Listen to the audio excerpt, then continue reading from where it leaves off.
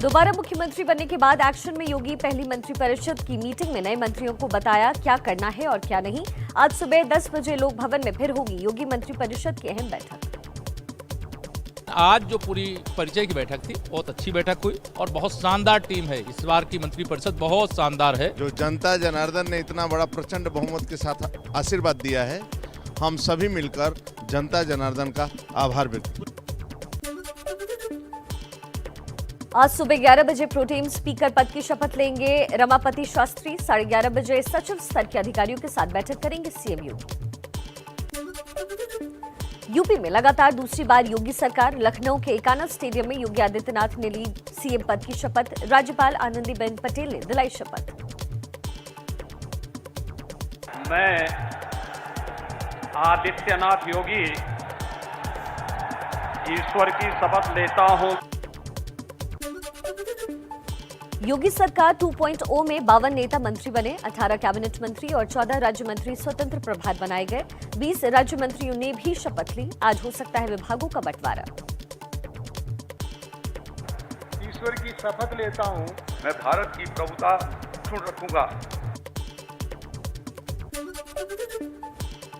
केशव प्रसाद मौर्य और ब्रजेश पाठक को मिली यूपी के डिप्टी सीएम की जिम्मेदारी। एबीपी न्यूज की खबर पर लगी मुहर। जमकर मना जश्न। मैं केशव प्रसाद मौर्य ईश्वर की शपथ लेता हूं। मैं ब्रजेश पाठक ईश्वर की शपथ लेता हूं। सूर्य प्रताप शाही, सुरेश खन्ना, स्वतंत्र देव को नई कैबिनेट में जगह मिली। अरविंद शर्मा, अनिल राजभर और जितिन प्रसाद भी मंत्री बनाए गए। मैं सुरेश कुमार खन्ना ईश्वर की शपथ लेता हूं। मैं स्वतंत्र देव सिंह ईश्वर की शपथ लेता हूं कि नंद गोपाल नंदी, धर्मपाल सिंह, असीम अरुण और दया शंकर सिंह भी कैबिनेट में शामिल हुए। मैं असीम अरुण ईश्वर की शपथ लेता हूं कि मैं विधि द्वारा स्थापित भारत के संविधान के प्रति सच्ची श्रद्धा और निष्ठा रखूंगा। योगी कैबिनेट में 5 महिलाओं को मिली जगह। बेबी रानी मौर्य बनी कैबिनेट मंत्री। मैं उत्तर प्रदेश राज्य के मंत्री के रूप में अपने कर्तव्यों का श्रद्धापूर्वक और शुद्ध अंतःकरण से निर्वहन करूंगी।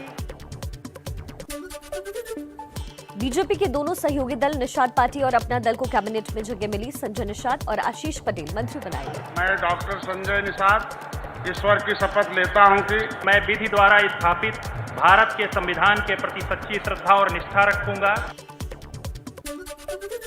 योगी के शपथ ग्रहण में शामिल हुए पीएम मोदी। सीएम योगी आदित्यनाथ को दी बधाई। प्रगति का नया अध्याय लिखने की जताई उम्मीद।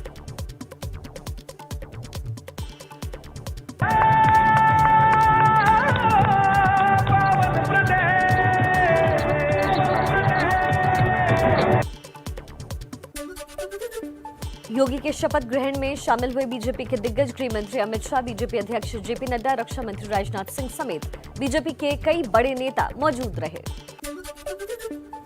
बीजेपी शासित राज्यों के 12 मुख्यमंत्री और 5 डिप्टी सीएम भी शपथ ग्रहण में शामिल हुए।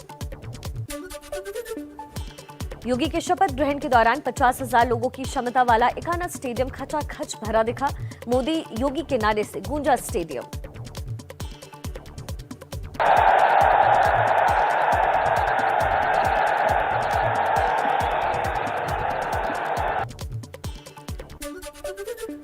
बीजेपी के राष्ट्रीय महासचिव कैलाश विजयवर्गीय ने ट्वीट कर योगी को दी बधाई। लिखा, आ गए हैं भगवाधारी, योगी जी को बहुत बहुत बधाई। पिछली सरकार में डिप्टी सीएम रहे दिनेश शर्मा, श्रीकांत शर्मा और सिद्धार्थनाथ सिंह को नहीं मिला दोबारा मौका। सतीश महाना भी नहीं बनाए गए मंत्री। महाना को विधानसभा अध्यक्ष बनाने की चर्चा। सीएम योगी के शपथ ग्रहण के बाद गोरखपुर में मची मनी दिवाली। गोरखनाथ मंदिर में नाच गाकर लोगों ने जश्न मनाया। ब्रजेश पाठक के डिप्टी सीएम बनाए जाने के बाद समर्थकों में दिखा जोश। पटाखे जलाकर जताई खुशी।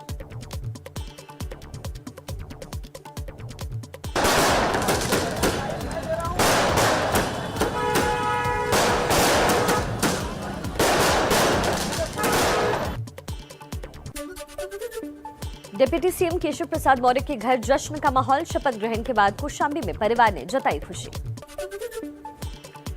शपथ ग्रहण के बाद डिप्टी सीएम केशव प्रसाद मौर्य का बड़ा बयान का 2024 में लोकसभा की 75 सीटें जीतेंगे।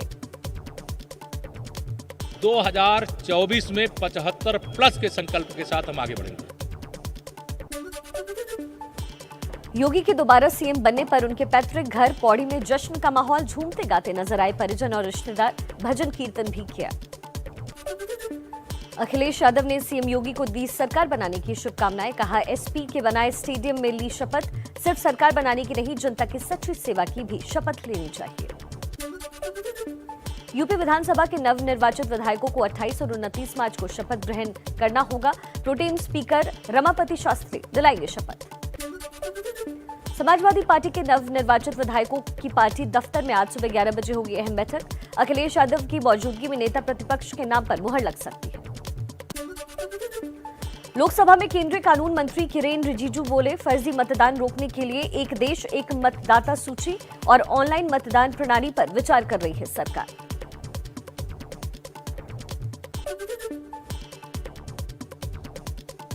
दिल्ली के तीनों नगर निगमों को एक करने वाला बिल लोकसभा में पेश। केंद्रीय गृह राज्य मंत्री नित्यानंद राय ने विधेयक पेश किया।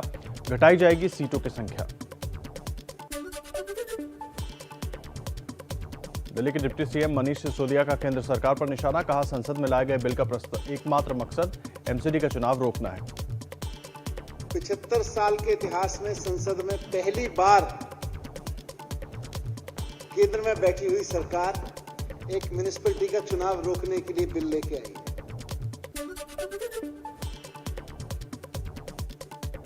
आज पेश होगा दिल्ली का बजट। शिक्षा, स्वास्थ्य और पर्यावरण को लेकर हो सकते हैं बड़े ऐलान।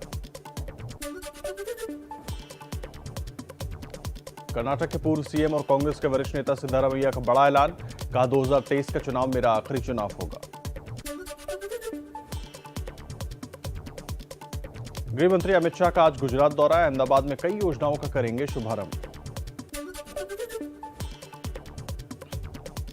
गुजरात सरकार के स्कूली पाठ्यक्रम में भगवत गीता को शामिल करने पर राष्ट्रीय अल्पसंख्यक आयोग की कार्यवाहक अध्यक्ष सईद शहजादी ने कहा, गीता कोई धार्मिक पुस्तक नहीं बल्कि एक दर्शन है।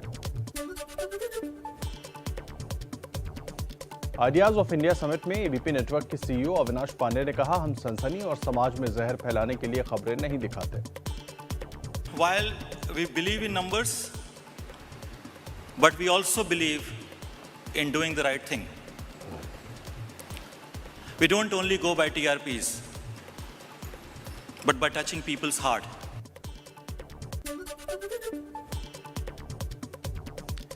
एबीपी न्यूज के आइडियाज ऑफ इंडिया समिट में बोले केंद्रीय परिवहन मंत्री नितिन गडकरी, बुनियादी विकास के जरिए 2024 भी जीतेंगे। यूपी में बनाएंगे अमेरिका जैसी सड़कें। जो काम होता है विकास के लिए, समाज के लिए, गरीब के लिए, तो वो करना ही राजनीति में लोकतांत्रिक पार्टी का कर्तव्य होता है। 24 समाप्त होने के पहले उत्तर प्रदेश के रोड अमेरिका के बराबर होंगे।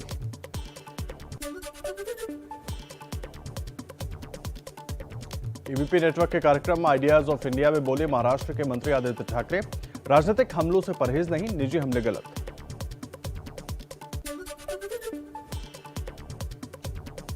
नोबेल शांति पुरस्कार विजेता समाजसेवी कैलाश सत्यार्थी ने समिट में कहा, बच्चियों के लिए काम करना होगा तभी देश तरक्की करेगा।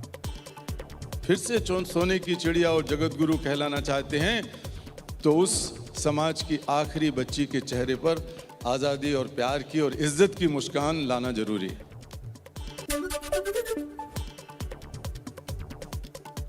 पश्चिम बंगाल के बीरभूम में 8 लोगों को जिंदा जलाने के मामले में सीबीआई ने केस दर्ज कर शुरू की जांच।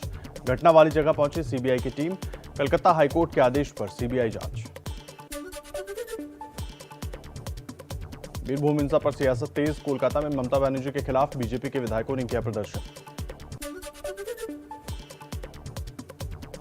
बीरभूम हिंसा का जिक्र कर बीजेपी नेता रूपा गांगुली की आंखें हुई नम। बोली, सिर गिलानी से झुक जाता है। राज्य में राष्ट्रपति शासन लगाने की मांग की।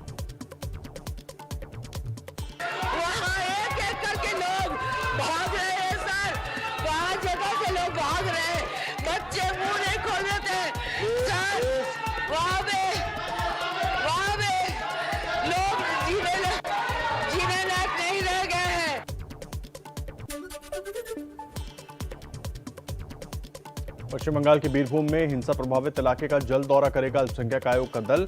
आयोग मुख्य सचिव को पत्र लिखकर घटना की रिपोर्ट मांगेगा।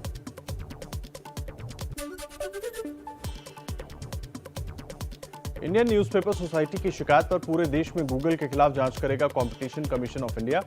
गूगल पर मजबूत पोजीशन का गलत इस्तेमाल कर ऑनलाइन न्यूज से होने वाली कमाई में मीडिया संस्थानों का हिस्सा हड़पने का आरोप। केंद्र ने सुप्रीम कोर्ट से कहा, यूपीएससी सिविल सेवा परीक्षा में अतिरिक्त मौका देना संभव नहीं। प्रारंभिक परीक्षा पास कर चुके 3 छात्र कोरोना संक्रमित होने की वजह से मुख्य परीक्षा में शामिल नहीं हो पाए थे। बढ़ सकती है कांग्रेस नेता नवजोत सिद्धू की मुश्किल। रोडरेज मामले में गंभीर धारा लगाने की मांग पर सुप्रीम कोर्ट ने सुरक्षित रखा आदेश।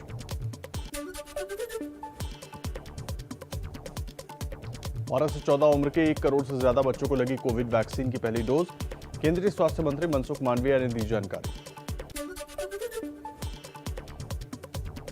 चीनी विदेश मंत्री वांग यी से मुलाकात के बाद विदेश मंत्री एस जयशंकर ने किया साझा प्रेस कॉन्फ्रेंस। कहा, चीन के साथ तनाव घटाने की कोशिश जारी है, लेकिन सीमा पर सैनिक जमावड़े को सामान्य नहीं माना जा सकता। Foreign Minister Wang Yi spoke about China's desire for a return to normalcy, while also referring to the larger significance of our ties.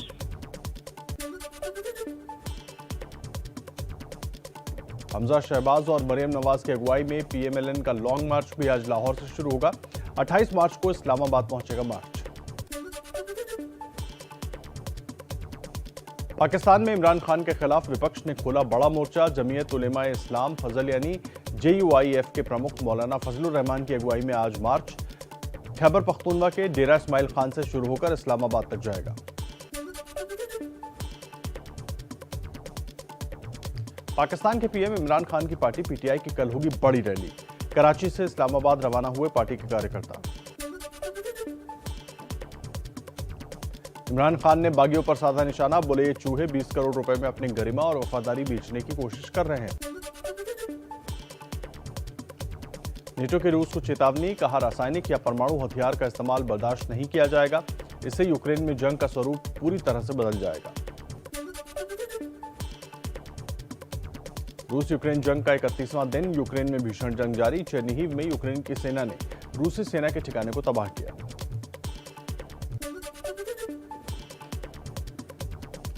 रूस का चेर्निहिव में यूक्रेन के तोपखाने को तबाह करने का दावा। कहा, औद्योगिक इलाके में बनाए गए थे तोपखाने।